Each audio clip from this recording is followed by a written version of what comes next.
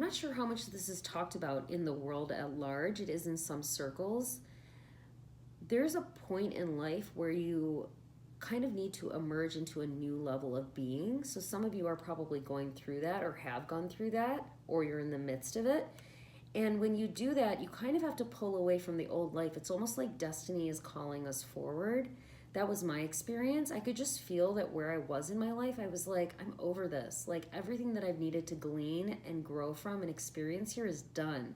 And I couldn't really find joy kind of in, in anything really. I mean, not to say that I wasn't enjoying, but it just felt very mundane. It was starting to feel like it was all just a ritual without any kind of real feeling in it anymore. I didn't really have the interest in going out anymore. I was like, man, I've been to so many of these parties with all of these same people. I've had so many of these conversations. Everything was getting old. So I was really drawn into going into kind of like a retreating into a private space. And it was really interesting because the universe in its own way also kind of showed up and I wouldn't say forced me, but I was given a very strong motivation to go into solitude. I moved to another state. I was taking care of somebody very close to me, and I was kind of in the middle of nowhere, meaning I was really far removed from my ordinary life and friends and work and everything. So I went in and I retreated and I recharged. And then when I emerged from that, I was actually planting a lot of seeds. Okay, this is one of the cards. So that's what happens. You go into this place, you get quiet. It's almost like going into the void, going into 0 point.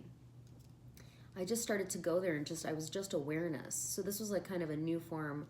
No, I wouldn't say new form of meditation, but I was spending a lot more time in what we call the void. Some of you are probably a big fan of that place. It's pretty awesome, especially if life gets overwhelming or you just want to kind of blank slate it, clear slate it. We go into the void. And so we spent a lot of time in just contemplation, just quietly, just resting. I really was a caterpillar in the chrysalis. When I had a good attitude, it was a chrysalis. When I wasn't feeling so good and I was operating from my shadow, it felt like a padded prison. But eventually I started to plant seeds and I chose my path. I started to visualize, I started to imagine, I created a ton of energy and momentum. And then when I stepped out of the chrysalis and I made decisions and moves from this new state of being, it was absolutely nuts. I mean, it was day and night. When I emerged, I was a new person. I didn't put up with the same ish the old version of me used to.